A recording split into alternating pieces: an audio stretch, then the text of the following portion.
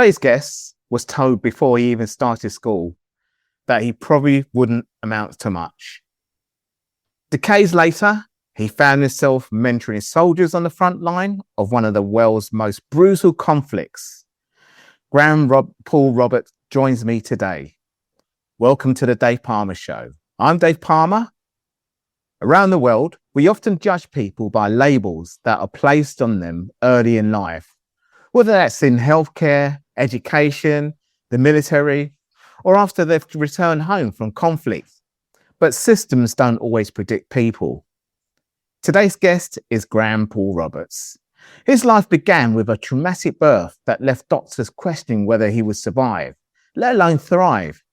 He grew up carrying labels that suggested he had a little future, experienced bullying throughout school, then went on to serve 19 years in the British Army with the Welsh Guards before working in close protection and later mentoring forces operating in the middle of the Syrian conflicts against extremist groups. He lived through combat, grief, PTSD, and a difficult transition back into civilian life. Today, he's also a teacher and the author of The Echoes in the Silence, a story not just about survival, but about resilience, identity, and what happens when people refuse to let systems define who they become. Graham, welcome to the Dave Pamah Show. Hi, Dave. Thanks for having me on. Pleasure to have you here, Graham. Pleasure to have you here.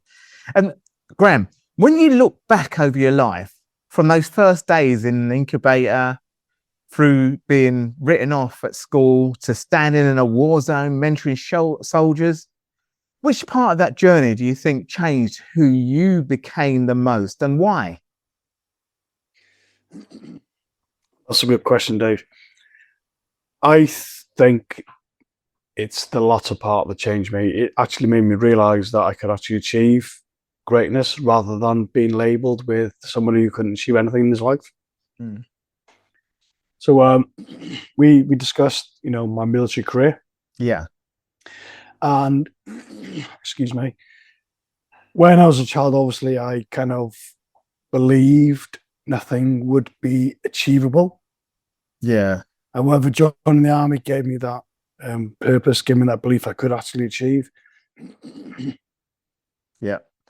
And later on, leaving the military and joining the private sector, that then did make me believe that I not only I can, but I have achieved, and that which there's taking on to my job now as a teacher.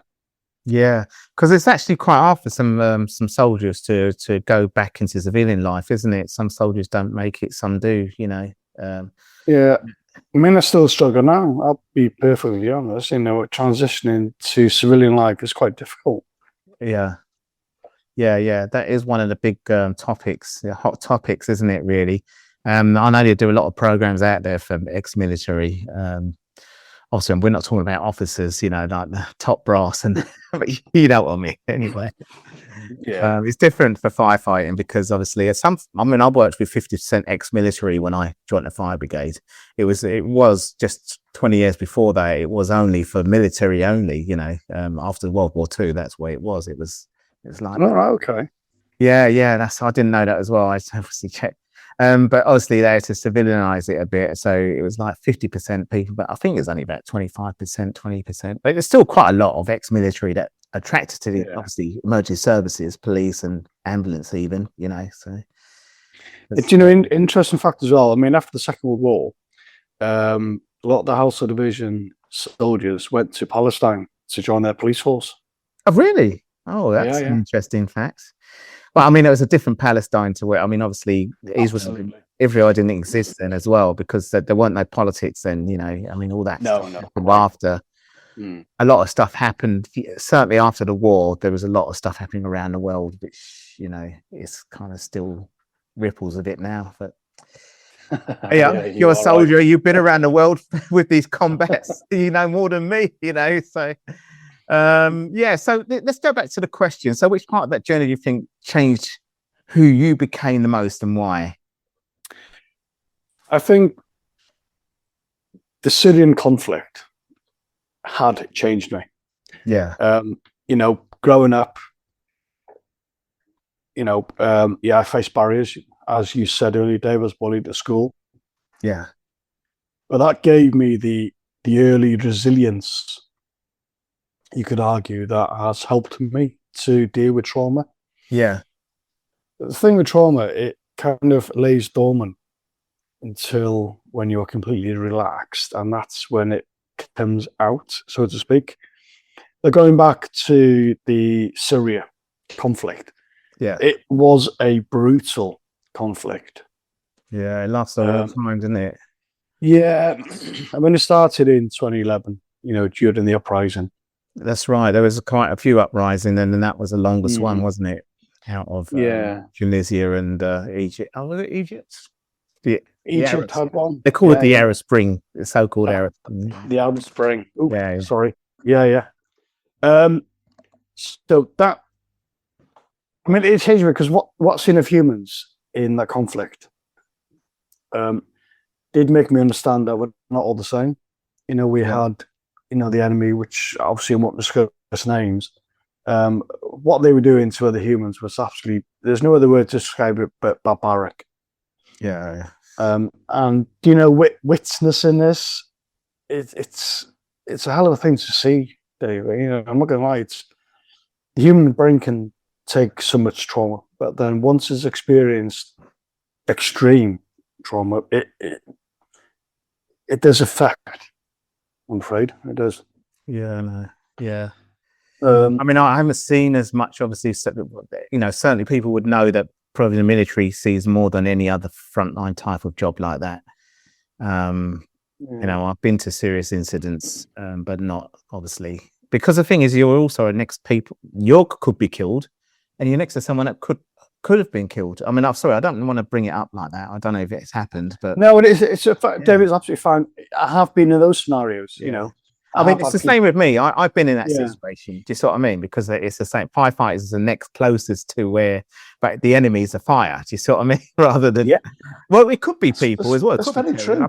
I've been to terrorist bombings, RAA, and things like that. But oh wow, okay. But it was after the bomb went off, and one of the incendiary device didn't go off. It was all powder, and we had to switch off the light thing. It was quite scary. There's 4 of them in the middle of Oxford Street, in the middle of London. So. But I mean, yours is different anyway. That's what I'm trying to say. It is.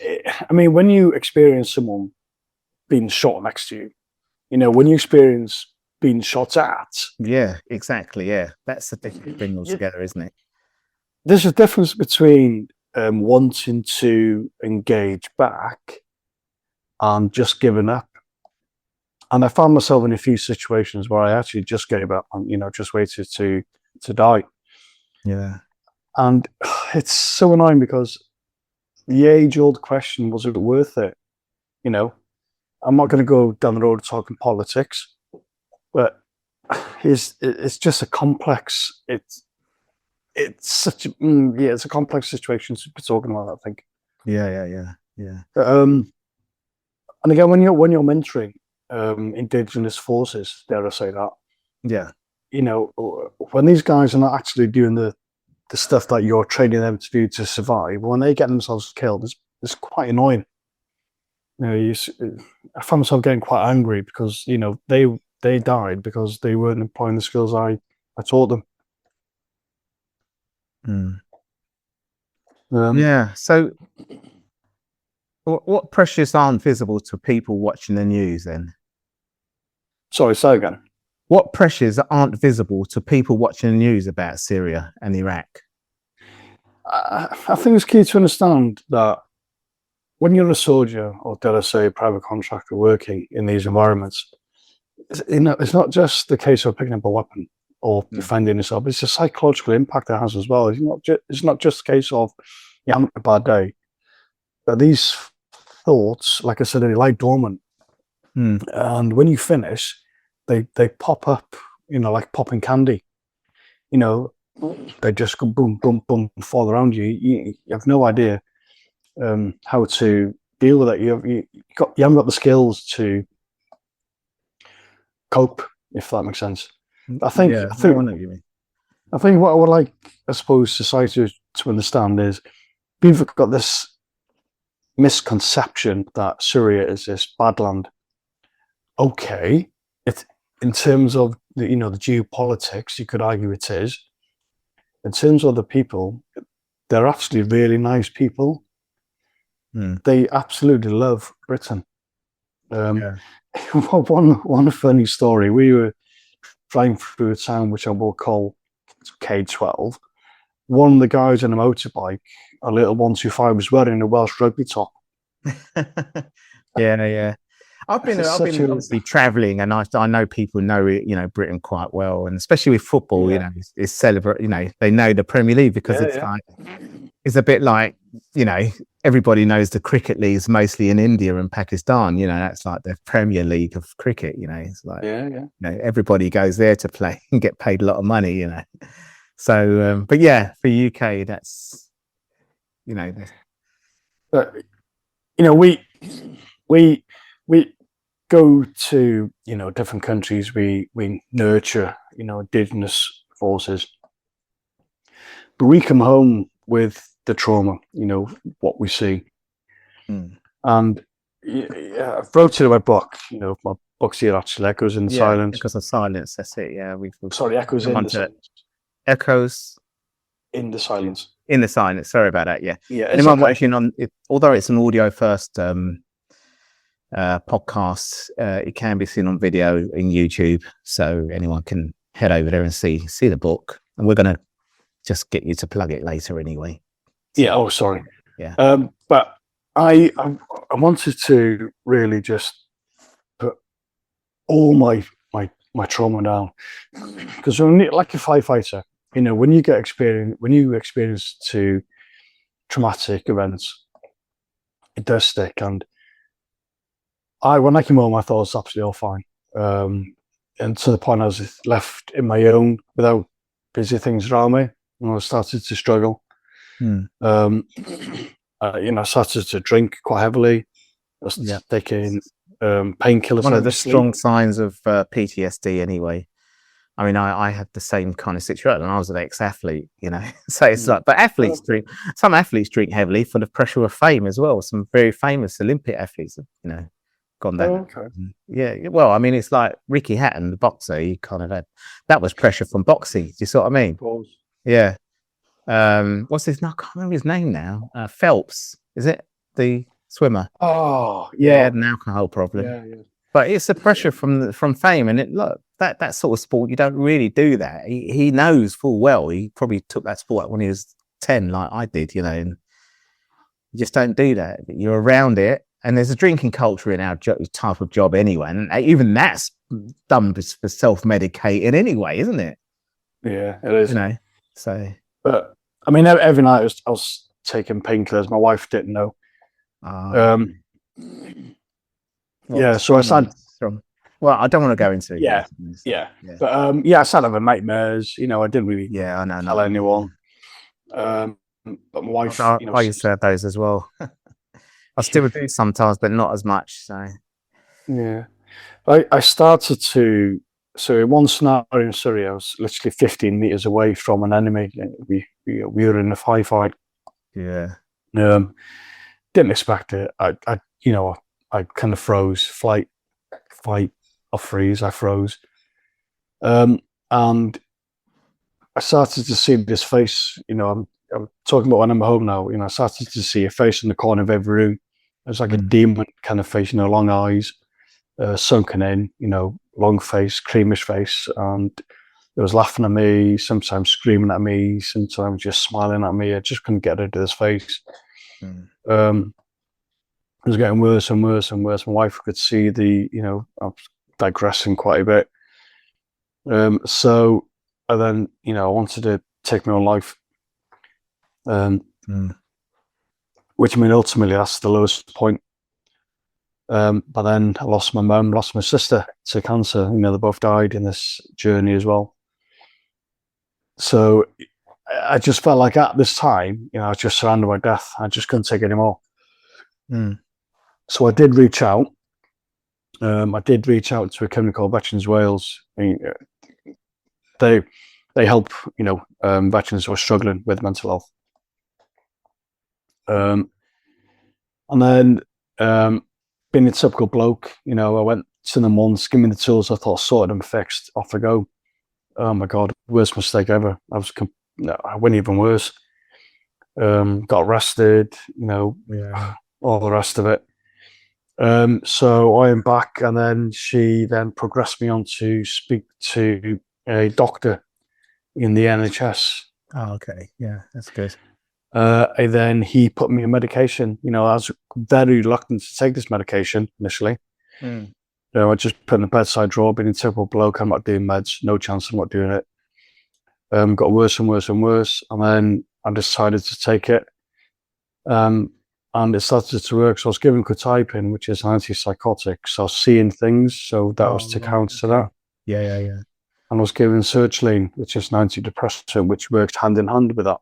Yeah. And you know what? It started to work. The face started to disappear. I seen less of the feature of it, so to speak. In fact, the only week I was walking to the shop near the house and seeing it, so I decided, I'm sorry, I'm going to swear now, Dave. I said, fuck off, leave me alone. And it kind of went like that, gulp. And, that's the last time I've seen it. I know it's, if you'd asked me to describe it, I could quite easily. I think the other night I had a dream, I seen the face, but it just wasn't a nightmare. I think it was just reflecting on everything else. During this journey, I decided that I wanted to do better. So as all this was happening, I decided to apply to be a teacher in a additional learning needs college. Yeah. And one of the reasons why I decided to do that, going back to my early years, when I was a child, I was written off. I had learning difficulties. Yeah. And so I decided that this would be a perfect fit. It wasn't just a job. I was emotionally kind of attached to it. Yeah.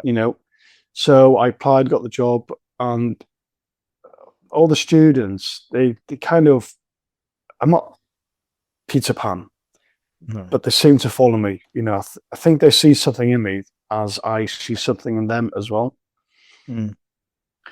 So it's good, but I think what society needs to understand is you could walk past a person, on the road. You don't know that person from Adam, That's right, exactly. If you bump that person by mistake with the shoulder and you say, "Oi, I can do one, will you?" That person, could take their own life. Whereas if you to be nice to that person, you could potentially indirectly save their life. Exactly. So I think as humanity, I think we got a moral obligation to be kinder to each other and just have some understanding that there's a world outside your world. That's right. There's countless people in the earth. I don't know how many people there is on the planet, but each person has got some form of trauma, and I think we need to be there for each other. Yeah, absolutely. Well, Graham, across healthcare, which obviously kind of like helped you get back on your feet again, education, which you're in now, the military, which is your kind of like background job, that's your background really, isn't it? And your civilian life, because we spoke about transition, you've experienced very different systems. So have you noticed any common thread in the way institutions either help people or sometimes fail them? What a question. Yeah. I was a trade union rep, so I was having a good political bruising at all kinds of institutions, not just inside the fire brigade. Yeah, I just think when people leave the military, I think more needs to be done.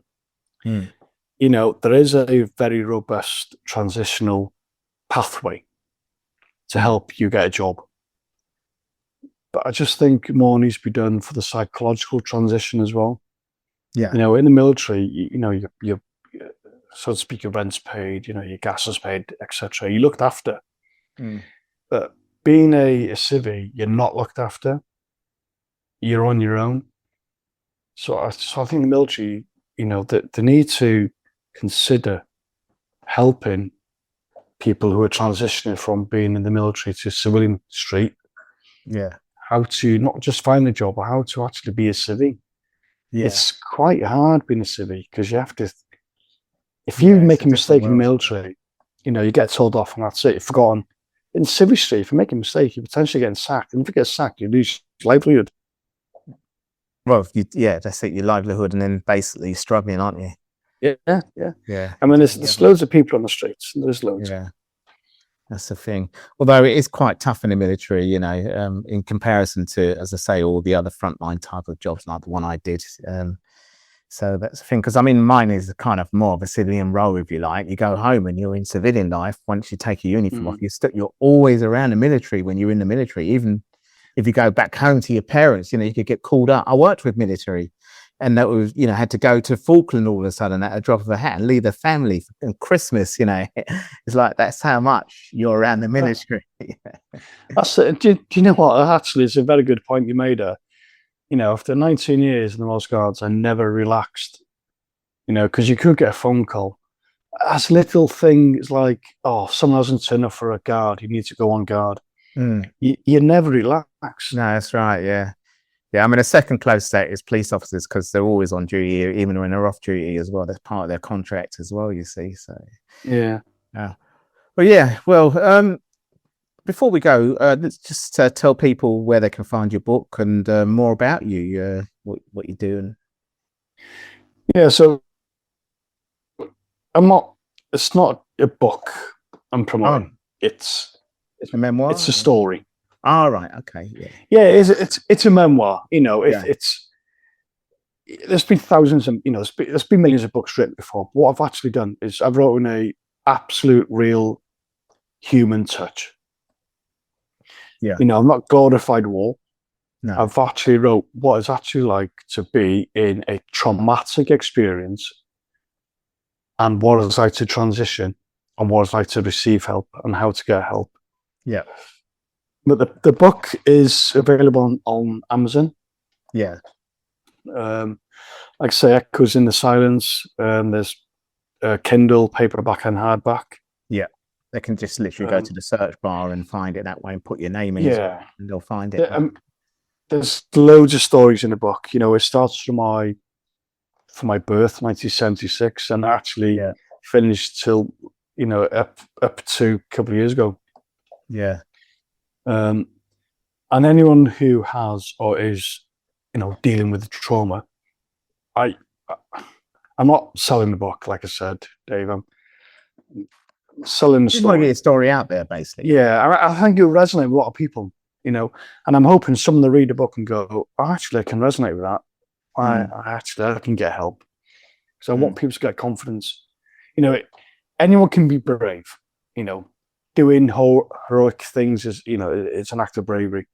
But I think one of the bravest things to do as a human is actually admit they need help. Yeah. Well, you're right. Absolutely. Well, Graham, thanks for sharing your story. What strikes me is that this isn't simply a story about war. It's about labels. It's about resilience. It's about identity. And it's about how systems can influence the course of someone's life, but they don't always determine the ending. So thank you once again for joining me. Thank you, Dave. You're welcome. Because whether it's here or anywhere else in the world, once you understand how these systems operate under pressure, you can start to see the same patterns everywhere. This is the Dave Pamah Show.